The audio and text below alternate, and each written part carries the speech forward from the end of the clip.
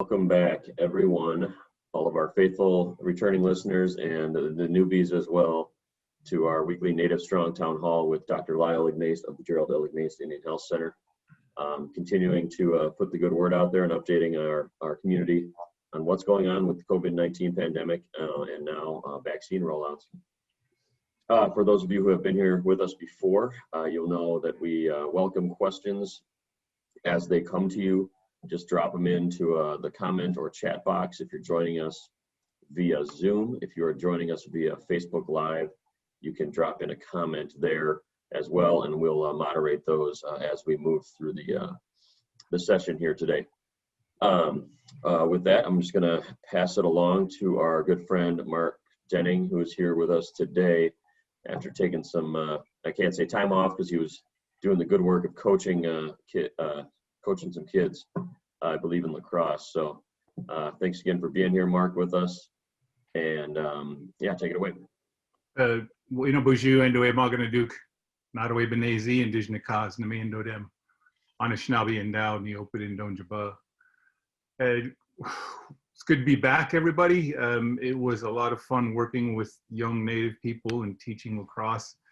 And it was also interesting to get their look in at COVID-19 and conversations that they were having. I learned a lot from them, which is usually how coaching goes. We have a lot of things going on out there in Indian country. One, our ceremonies are back in place.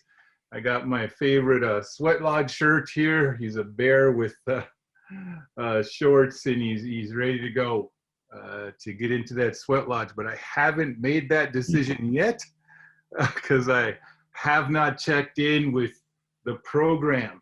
So that's one. Two, I know we had in White Earth a powwow, and we've been talking about those over several weeks.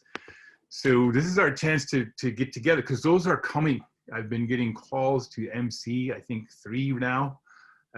People are put their powwows back towards the late August, September. Now they're beginning to move them forward. And I think it would be great to catch any news that's coming in and around that White Earth powwow that happened, to see if COVID-19 is impacting a great and highly attended powwow like that one, because the numbers were through the roof. People were happy to get back together. But I think it's also one of our first major tests, and we need to be looking at that. So thanks, everybody. And Dr. Ignace, good to be back. And over to you, and we'll get questions from me towards the end. Thank you, everybody. Yeah, good to see you, Mark. Just so we know, you were teaching kids lacrosse, not teaching in lacrosse. That's right. Exactly right. Yes. Good catch. All right, young ones, absolutely. Sports are back, and summertime is here, absolutely. And with that comes, just as Mark had mentioned, a lot of cultural and traditional pieces of what we are used to doing are coming back. So ceremonies, sweat lodges, powwows, social events, get-togethers.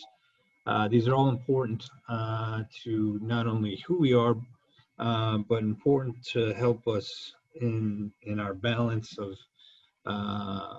our spirit and wellness. And so it's important that we look forward to these events. And I have some good news regarding this, but I also, this session may sound a little repetitive, but it's important because it is exactly what we're dealing with right now. And one of the reasons why this event, June 22nd, is so important, coming up next week. So obviously, we want to get back to our traditions. We want to get back to our family and our social events. We want to get back to what we know as being normal. We've had to make adjustments, not just from an individual, but also from a community standpoint, and what we do. We've had to change how we interact with people. So this event that's coming up next week, this is a native-only event. Tribal members, household members, descendants 12 years of age and older. That is the latest new eligibility guidelines for individuals as it's outlined here. We have a lot of sponsors. We have Bay Bank, Dry Hoop. We have Forest County Potawatomi. We have First Nations, Creative Health Collective. Obviously, we have Wade Fernandez, who is instrumental in helping to establish and connect a lot of these organizations together. We have CIS, I have ICS, we have GLIC here as a host site, and we'll be offering the vaccines. So if you are thinking on the fence still, you are still hesitant, you are still wondering whether or not this is an approved vaccine that is worthy of getting, hopefully going through this, I'm going to be talking again about the Delta variant. Some of it has been repetitive, but there's been new things that have been occurring, and it changes things, how we have an outlook on what is coming for this summer. But I think we need to look beyond just the summer. We have to look at what's going to happen this fall, because as you know, summer is 3 months and it's gone, and we're right back into school. And most of our lives kind of go back to a normal routine of kids in school, work, social events, weekends and stuff. So this is very much kind of that prep, that staging for what is to come this fall. So please take advantage of this event that's coming next week. Let anybody that you know that hasn't gotten the vaccine yet to call us at 414-383-9526, and we'll get you a vaccine, Pfizer vaccine. So I'll bring this up again, and I'll emphasize, I'm going to make some statements during the session, and I'll tie it in at the end as to why this is so important for the age groups that I think are the most susceptible right now. So as I mentioned last week, the WHO has now weighed in, and they've put in new nomenclature for viruses that we have known the viruses to be up to this point. So on the left-hand side, you have the WHO label. In the middle column is the variants that we have known them to be by the ones I have listed here, and then obviously the country of origin and the time of when these occurred. So the wild type virus, the original SARS-CoV-2 virus that we all know, that is called the wild type. We've had the variants originating out of the UK, the B117, that is now called Alpha. Beta is the B1351 South African, the Gamma P1 Brazil, Delta B16172, that's the one that is the most important one as of right now. We have Epsilon, Zeta, Eta, Theta, and obviously we've heard about Kappa. Kappa as being the original Indian variant that came out. So these are new names. You're going to hear, you'll probably have a lot more transfer of naming of the of these variants to now be of the Greek alphabet, alpha, beta. So just so you are aware of that, because things are going to ramp up fairly soon here. So people have seen this. I added the alpha, beta, gamma, epsilon, delta, DLA, should be DLTA, delta, kappa, and its associated variant. So Pfizer and Moderna, you've seen this slide and its associated effectiveness by strain.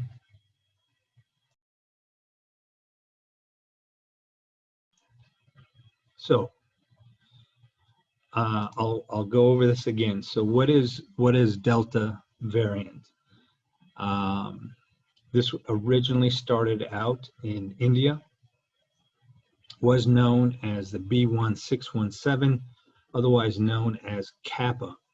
It was originally called double mutant because there were two mutations occurring on the same segment of the expressed coronavirus. So they called it the double mutant, probably a poor name in its designation, but nonetheless, that was what it was originally called. It was numbered B1617. Now WHO is called Kappa. Now, what's interesting about this particular variant is I had mentioned the two aspects of mutations that had occurred on a segment. Because this was so rampant and transferring across from different person to person, what had happened was one of these mutation sites actually kind of corrected itself naturally and actually dropped off, and that strain with the single strain is now called the B1617.2, otherwise known as Delta. This is the strain that everyone is concerned about right now. That's the B1617.2, otherwise known as Delta. And the reason why this is kind of viewed as being more dangerous right now is that it is highly transmittable. Even when compared to the B117 or Alpha, that's the UK strain, it is felt to be as transmittable or even more so than that one. Now, it's kind of early since this is about anywhere from about 5-6 weeks into this type of strain, and what health experts and scientists are finding is that there is a slight reduction in the vaccine's effectiveness against the Delta, against the B1617.2. Now, Pfizer, it's been looked at by Pfizer. First shot, we know with the original or the wild type is that after about 10-14 days, it actually shows to be about 50% effective. Now, with against the Delta variant, first shot shows efficacy is about 15 to 20%, which is markedly less than against the original virus. Efficacy against hospitalization at the first dose is about 70%, which is still very good. But once you get that second dosing of Pfizer, that efficacy goes up, and particularly against hospitalization as high as 95+%, and as high as about 85% effectiveness. In some reports that I'm hearing, up to 85% against the Delta virus transmission itself. So we know incomplete vaccinations don't render the efficacy or immunity high enough to really cause a level of protection. You actually need both doses, and that's what is so important in regard to the Delta. Is that it's important if you engage in the vaccine that you fully take advantage of both doses to get vaccinated. So now, I had mentioned that the Delta is going to be It's in the news. It's already been in the news since last week. And I'm not sure if people have been paying that much attention, but the Prime Minister, I think Johnson, came out and essentially had comments regarding the Delta, and that because it was spreading so fast in the UK, and it is now comprising about 50, it has driven up a 50% rise in infections since May, and as being the most prevalent of the strains currently, that now Boris Johnson, Prime Minister of England, had decided to push back its um, end of the COVID restrictions until July 19th. Now, this is a big shift because up to this point, UK has had pretty good success with the vaccination of the population. In fact, some felt that it was actually at their herd immunity level. About 72-75% of the country has been vaccinated. But what they're seeing is this rise in new infections, and this new rise in infection is actually the result of the Delta variant. And so that's important because it appears that the UK is probably outside of India, the first country that is actually really has shown it and demonstrated numbers in its surge of COVID infections. And so this is going to be pretty important because this variant is already in 70 different countries, and it is quite widespread. And this is going to impact how we move forward. What does this mean for other countries? What does this mean for travel? What does this mean for our own communities? And more impactful, what does this mean on our way of life as we know it today, as of June 16th? So now, what is interesting is a new study showed that vaccinated people are safe against the Delta variant. I think without question that people who've gotten vaccinated to this point have had an immune response, and it has been shown to be protective, not only against getting ill, but also getting sick enough against severe disease, against hospitalization. So we know that it works. The biggest concern is for individuals who have not been vaccinated to this point.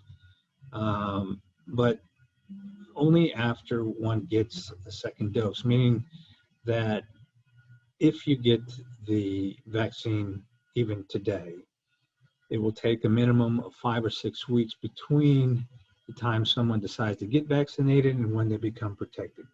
Because we're looking at first dose, it takes time for that first dose to become effective. You have to wait 3 weeks with Pfizer to get your second dose, and we know 2 weeks after that. So we're really looking at 5-6 weeks before people actually can demonstrate protection, and in this case, particularly against the Delta variant. So in terms of timing, where are we right now? Today's June 17th. June 22nd, next week, Tuesday, if you look at 5 weeks out from there, is really when you can really gauge that sense of protection. So if we're looking at 6 weeks from next Tuesday, 1, 2, 3, 4, 5, 6, we're now looking at August 3rd. August 3rd, that you would have an immunity protection against not only coronavirus, but also against all the vast majority of all the variants, including the Delta. August 3rd. So that already takes us through the majority of summer already. And as Mark was mentioning, circuits in powwows and native events are coming up. A lot of them are going to be in July, August, September. and then we'll fall right into school. And so that's why this date was kind of decided, looking forward, making sure that people can have a comfortable summer, protected, being vaccinated while going into more of these traditional and ceremonial events come late summer. Then we get into school, and so school districts are going to start getting into this discussion about mandating vaccines for kids who want to come back in person into school. So again, this is kind of an interesting point in time right now, because when I'll show you, you'll see the numbers and you kind of look at me as to what's the big deal, why should we worry? Well, I'll get to that as we go through these slides. So in my updating in the past couple days, I've given you the variants here in Wisconsin, and guess what? The B1617.2, the Delta variant, is here in Wisconsin. Without any question or surprise, it has shown up. Now, what's important to know is the vast majority of infections, COVID cases that do come in, they're still of the original wild type virus. But the variants of these of COVID does come up. Now, what is interesting here is the Delta variant really hasn't popped up until now here in Wisconsin. So it's already been in circulation for about 6 weeks. I don't think it's any surprise. I don't think anyone should be surprised that it has come to Wisconsin. It's here in Wisconsin. It's going to stay in Wisconsin. And so that's what we're dealing with. And so that's why I'm repeating this discussion about Delta, because now it definitely is at our front doorstep. Now, the UK Alpha B117 variant is still the predominant one.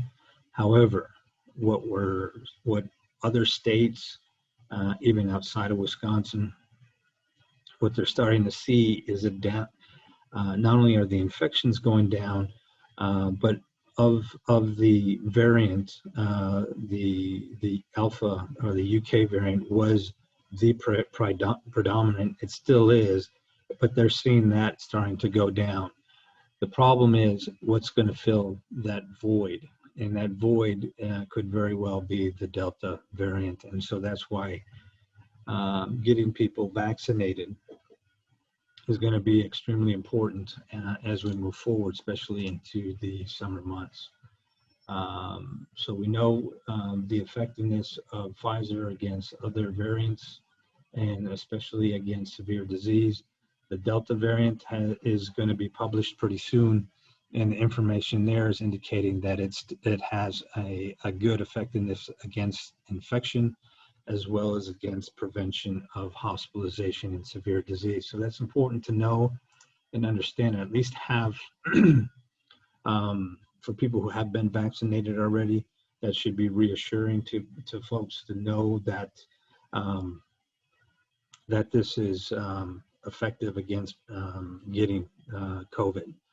Now, for the people that are unvaccinated, this would be a little worrisome for those individuals, mainly because Delta is very contagious, perhaps even more contagious and transmittable than the UK variant that first came out.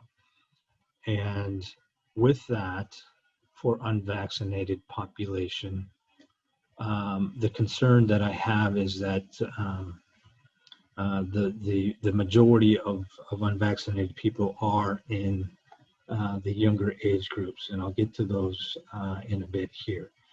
But here we have the top 2 countries in the world, the US and India, with the highest number of aggregated COVID infections. And we see kind of really 2 different patterns of COVID infections. We see the US on the left, the UK, India on the right, and just look at comparisons. That surge that occurred in India was pretty dramatic. You know, days of over 400,000.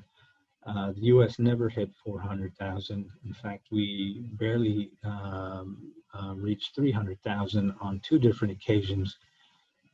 Even on the days of fatality, India had a much more dramatic surge of deaths that are occurring. Even when you look at the bottom line, the green line here, we see the number of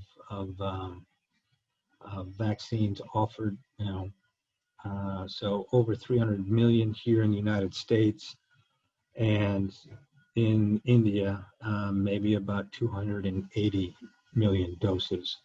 So just looking at that as a comparison of vaccines offered to India with a population of almost 1.4 billion versus the United States at 335 million, the success rate for vaccination is much greater here in the United States than even in India. So it's and you can see that this huge spike, as I call more like a tsunami of COVID infections, that's where the Delta, the Kappa and the Delta variants, that's where that's the time frame when that occurred there in India. Looking at Brazil and France, these are number 3, number 4 countries in the world. We see stark differences between between the number of infections that are ongoing. Brazil actually has a much more active, higher rate of infections than France. Even the fatalities are much lower. The biggest difference is when you get to the vaccination rates. France is almost at 70% of its population. Brazil is about 36% of its population. And obviously you can see why one of the main reasons as to why infections are continuing to be such at a high rate in Brazil versus even France. And so, and then Israel, obviously there's been a long stretch of no infections that have occurred. In the UK, you see on the far right-hand side, you see this kind of this dipping of numbers, and then basically in the last 2 to 3 weeks, there's been an uptick in the number of infections, and that's where the Delta variant has taken hold and is now becoming the predominant infection of Delta as being the primary source of its infections. Fatality rates are down, and what's really interesting here is that both Israel and the UK have very high rates of vaccinations to its population. So just kind of gives you a different perspective and insight into not just what's going on here in the United States, but what's going on worldwide and how countries compare to infections as well as to the rates of their immunization programs. So very stark differences. You can see why some countries do well when others are not doing as well based on the number of vaccines. So this is an updated single dose vaccines for the state of Wisconsin by race and ethnicity. If you look on the right-hand side, we see 49.2% of the state has now had at least a single dose. 73,386 individuals that are ages 12 to 15. And if you look a little closer, you see these age groups and the rates of by age group, the vaccinations that have been occurring. So it pretty much as has been anticipated, the older age group, 65 plus, very well involved in part of the vaccine program, 84%. But with each age group after that, you see these rates of vaccinations just steadily declining. And then we get to the 12 to 15, where approximately 25% of the population of kids have been vaccinated to date. Now, this is going to be important because, as I mentioned, the Delta variant, we know that vaccines have protection against transmission of infection as well as prevention of severe disease. So we know a high population of people that are vaccinated are of the older group, but now we're seeing less than 40% of the younger generation of even 30 and less have been vaccinated, and that's where the predominance of new infections are occurring. Now, if Delta is going to be the new variant strain of COVID, this is the age groups that the teenagers, the 20-year-olds, 30-year-olds, even in the 40-year-olds are now going to be the predominant and most susceptible for propagating and maintaining this virus in communities. Now, the risk is, and there are some indication that not only is this more, the Delta is more transmittable, but it also may be as dangerous as the UK, or even perhaps even a little bit more in terms of causing severe illness. So this is a concern moving forward, and again, another reason why June 22nd, the vaccine campaign is being hosted again. If you look at the bottom line, we see on the far left-hand side by race, single dose, June 16th, these are the number of new individuals that have gotten vaccines, and we see the number in yellow indicating that the number has decreased from the week prior. So this is across the board for every race, every ethnicity. June 9th had taken a bump, May 25th taken a pretty significant bump, and that's really when the eligibility of 12 to 15-year-olds came into play. So now that school is out and and summer's here, most kids are now, most parents are trying to find, some type of care setting for individuals, whether it be family members or camps or summer programs, even summer school. This is all going to play. So right now we have a reprieve in infections right now, and with now the introduction of the Delta variant into Wisconsin, my concern is this kind of reprieve here of infections. We may see an uptick in the number of new infections. This is Wisconsin again. This is fully vaccinated individuals, 44.6%, and the line below really just really highlights race and ethnicity by date, and the rates of each community. Each group has been fully vaccinated to date. So almost 5.4 million doses have been given out here in Wisconsin. If you look at that table in the middle, we see that June 16, the 7-day average right now is less than 15,000 doses a day that are being given out. Now, on the bottom here, I highlighted the week of June 6th, kind of took out the 12 to 15-year-olds, how many have actually been vaccinated during this group. Little less than 5,600. That is a trend that has consistently been going down. So this is the fourth week it's gone down. That's averaging almost 800 cases a day. If we take that 800 against the 14,839, we are now left with pretty flat 14,000, which means that those are adults.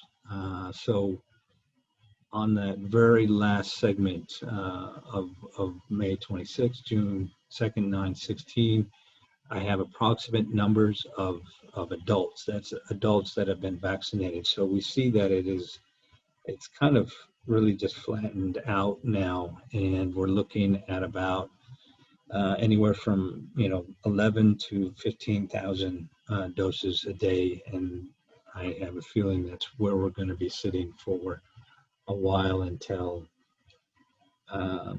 either something dramatically changes, like the Delta variant, or guidance from federal agencies on what to anticipate going into the new school year. That may actually change a few things. So we'll see. So much like how Wisconsin is, if we look at the United States, nothing dramatic has changed. We seem to be falling right in line with the patterns of what's going on throughout the entire country. As I mentioned, we had a slight plateauing uptick of numbers by the eligibility of the new age group. Since then, it's gone down, and then the U.S. has had this kind of uptick and flattening now, much like how I just explained what's occurring here in Wisconsin. We're now averaging 836,000 doses per day here in the United States. And as I mentioned before, reaching this critical threshold of 70%, that has generally been agreed upon as being that point of herd immunity, where communities, if reached either by infection or immunization, that the rate of transmission dramatically starts going down. So the problem here is when we talk about that critical threshold or herd immunity, we have to talk about the total population. We can't take out just segments of populations and look at their rates, or just or segments of a community. We have to look at everyone who resides in that community as being the total population. And so everyone has to be included in this. And the July 4th weekend was thought to be this point of reaching that kind of threshold point. I think that was a bit misleading in its presentation, because we're far off of 70%, even by single dose. It's going to be pretty hard to even get to that point by July 4th. I mean, it's only a couple of weeks away, and at the rate that we're going right now, it is we're not going to make the 70%, which now looks like more like September maybe, or early October, and that directly impacts going back to school. Now, Mark says a lot of events are occurring now. We see the rates of infections in the United States are going down without question. Some areas still are hanging on to higher rates than others: Florida, Texas, California. But even Florida at 10,000, that's what Wisconsin was, not too long ago. Back in December. So when Florida, 10,000, that's not a whole lot, given that it's probably the second most populated state in the country. But as Mark was alluding to, that people are looking at this summer as to getting back to normal and customary ways of tradition and ceremonies. And obviously people here in Wisconsin are looking at Michigan and Minnesota. So here are the numbers of where the 7-day counts are by state. Michigan is number 16, Minnesota is number 28, and Wisconsin is 31 out of 50. So I'll give you some more news as it relates to the native population, and I think people may be actually quite excited about what what's going on in Indian country. So what I can update you with what's occurring with the vaccine rates here in Milwaukee County. Again, this is broken out by race, so it gives a good distribution numbers of where people are, what groups of people are based on single dose or fully vaccinated. So going from left to right, we have non-Hispanic white population, they had a 1% increase, Asians had a 2% increase, Native population had a 2% increase in the past week to 40, Hispanic 1%, and really no significant change in the African American community in the past week. This is looking at racial and ethnic data in the Milwaukee County. So these are, as of June 10th, the latest numbers that I have as it relates to populations here in Milwaukee County. What I'm seeing across the 3 states and in the Native population in the 3 states. So Michigan, Minnesota, Wisconsin, where I put the check mark is basically the number of new infections in the past week. Michigan has only had 12 identified Native individuals with COVID.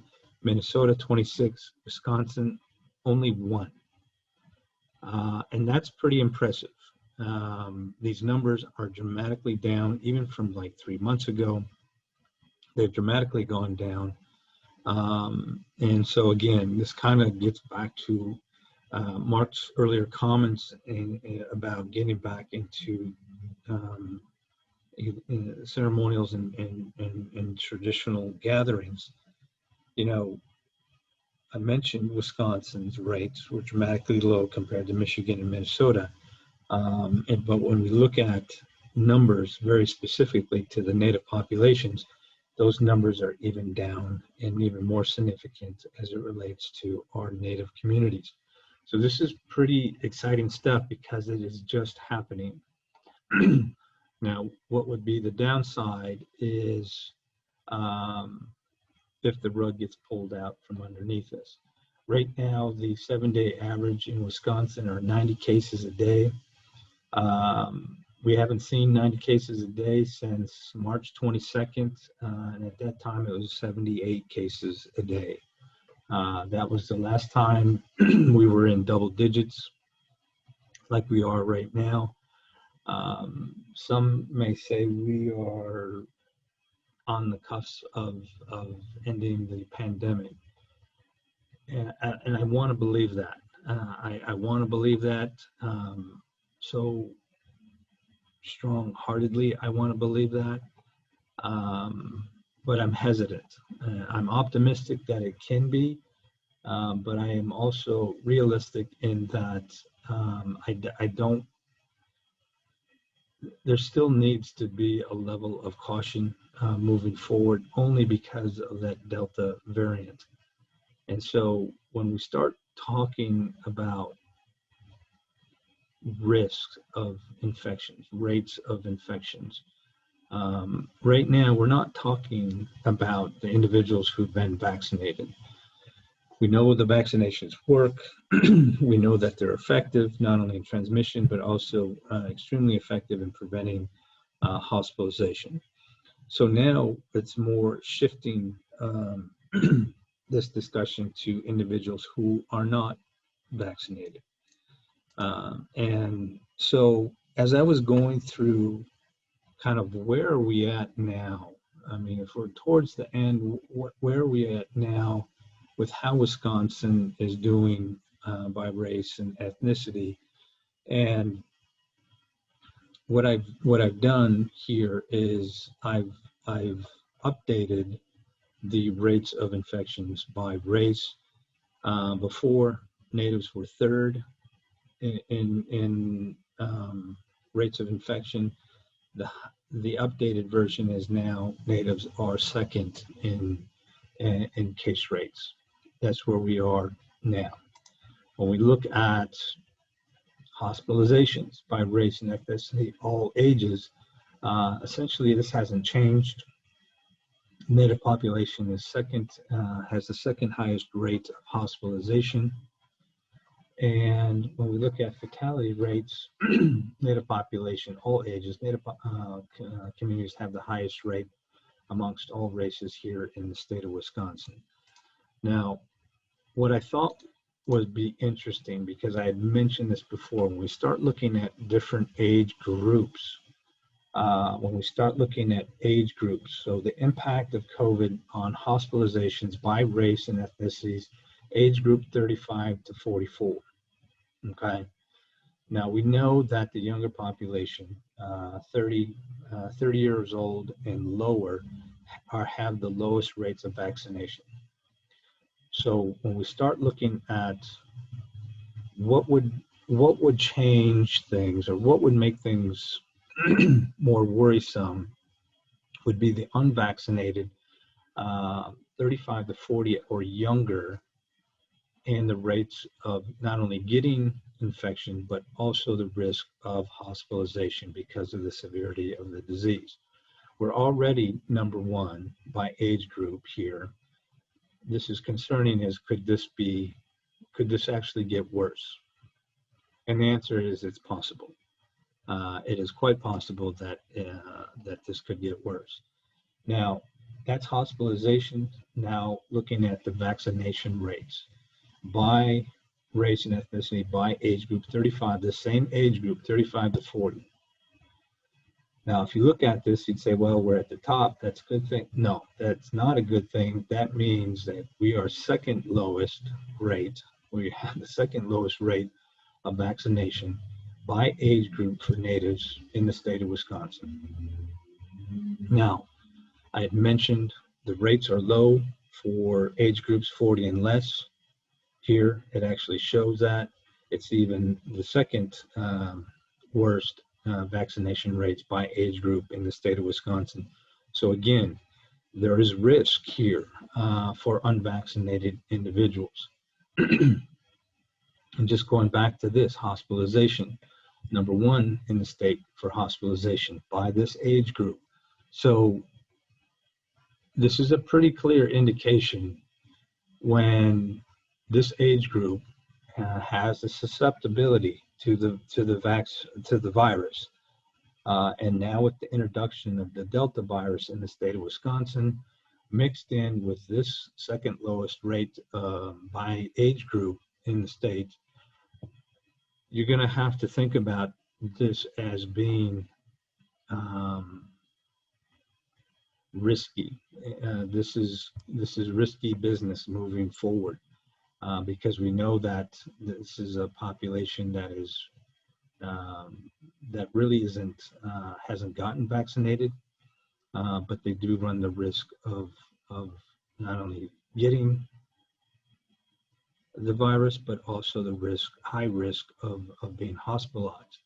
And so that's why I wanted to bring this up at the tail end, because these are going to be important points moving forward. And one of the reasons, again, why this event is so important, because we're looking at parents of children that are age 11 to 15. So, I'm sorry, 12 to 15. And so, that fits this age group, parents of, 12, 13, 14, 15-year-olds. Yeah, this is right in that wheelhouse in this age group that would have children of that age that would be eligible. So this is kind of this dual point of importance, that parents who have children of kids that are teenagers, this would be the perfect opportunity of getting vaccinated in preparation for not only the summer activities, but looking at the school events. So just to kind of bring this point home even more. Now, I had mentioned school is out. Okay, school is out, kids are at home, they're not in big groups in school classrooms like they were, so they're out. Well, guess what happened with those infections? The K through 12 numbers, bam, fell through the floor. Okay.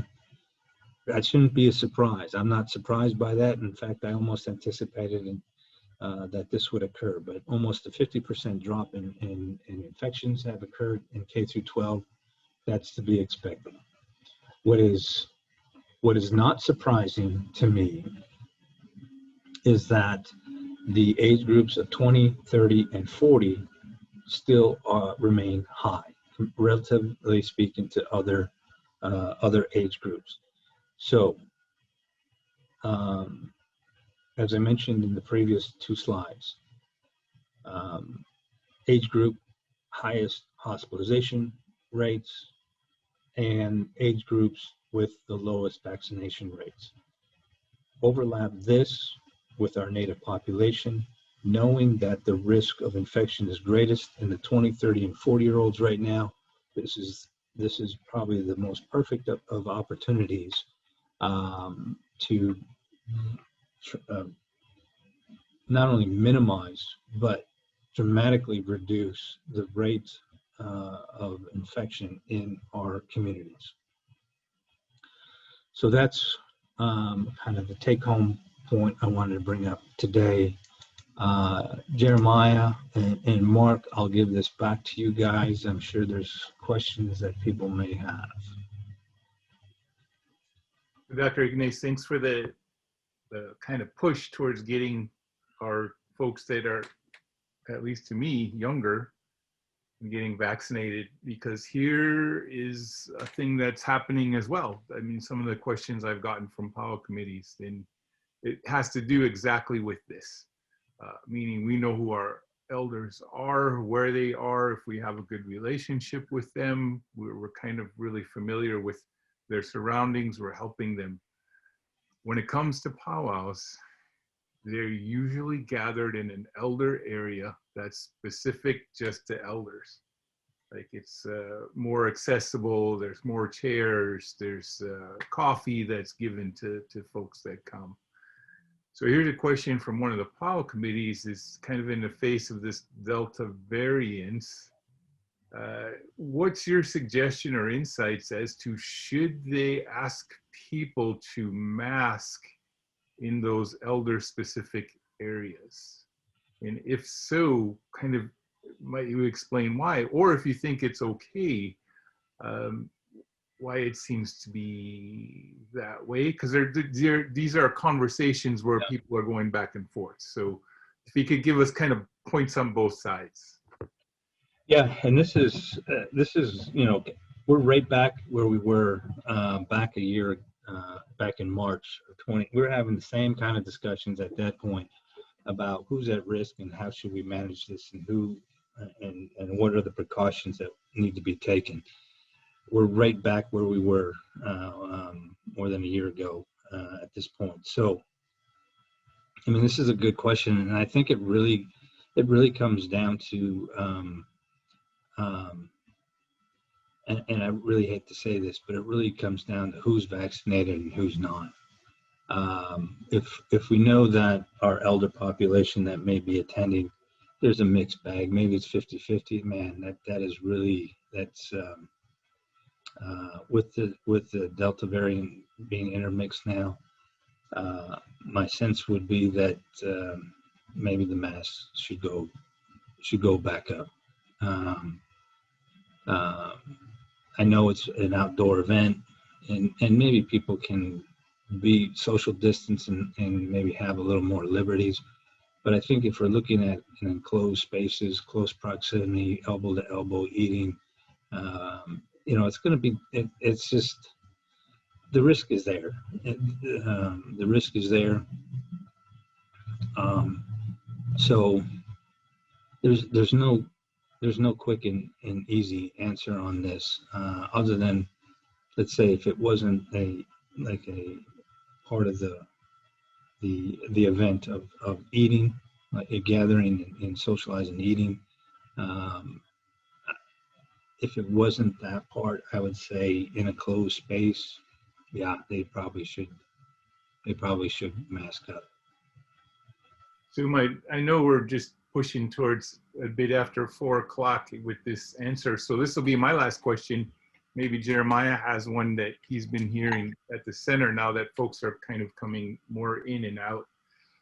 And that is, in that native population that is getting ill, this 35 to 44, what is it that is making people susceptible? Is it really about vaccination or not vaccination, or are there health issues happening in that native 35 to 45 that is making people more vulnerable?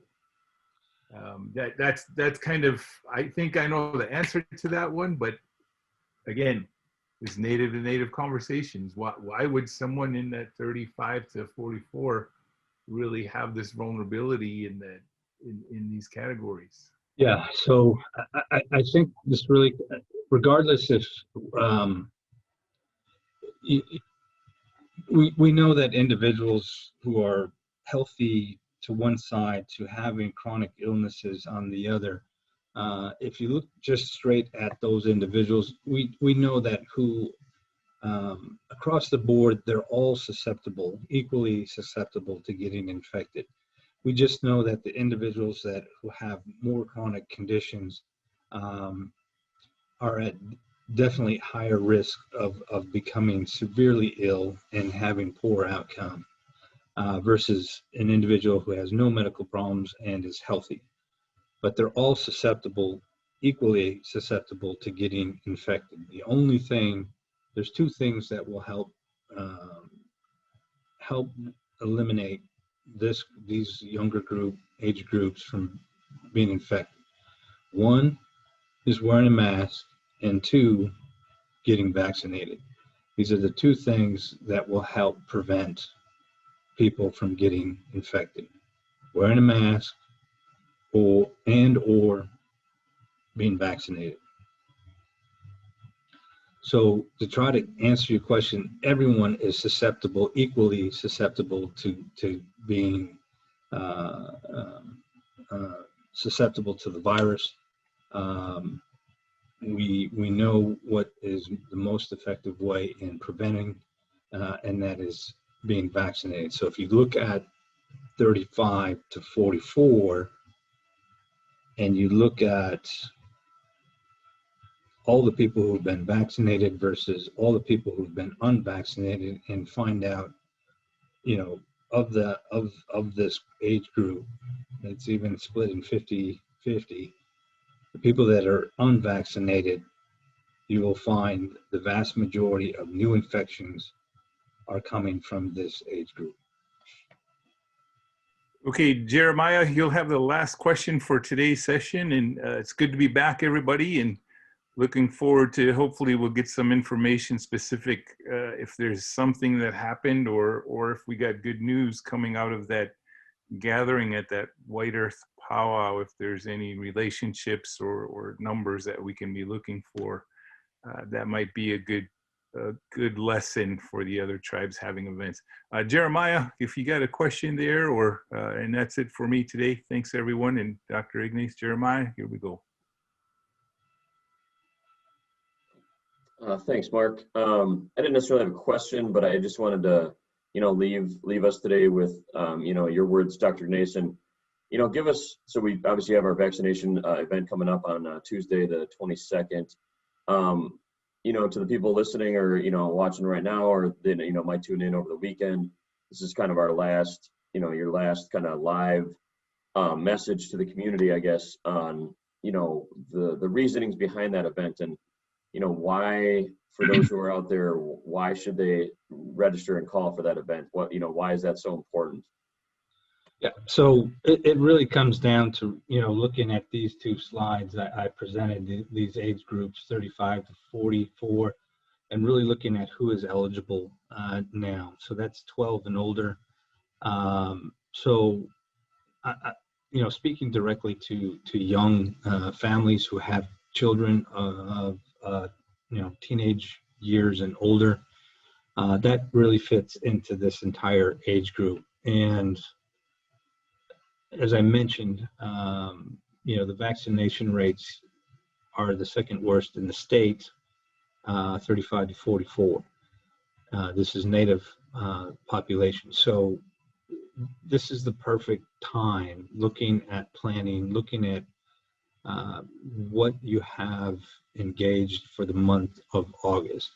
Getting vaccines now would allow you and your entire family the protection that they would need moving forward, not only for all of the events that are occurring August on, but also looking at going back to school and safety, not only for you and your family, but also your extended family. This is really the perfect opportunity to allow you and your family the opportunity of getting the vaccine and maximizing your protection, so you and everyone in your family can have that opportunity of getting back into our traditional ways and ceremonies and social events. And so I can only plead to please call. We have plenty of vaccine that is available for you and your family, for your children. And so this is really that opportunity. June 22nd, please call 414-383-9526. And we will set you and your entire family up. So until next time, it will be after we've completed this event. I will certainly give you an update. There's going to be plenty of prizes and gift cards to incentivize individuals to come out. It's actually a pretty significant amount per individual. So if there was an opportunity that folks may be looking to take advantage of, this would be that time to do that. So until next time, everyone stay strong.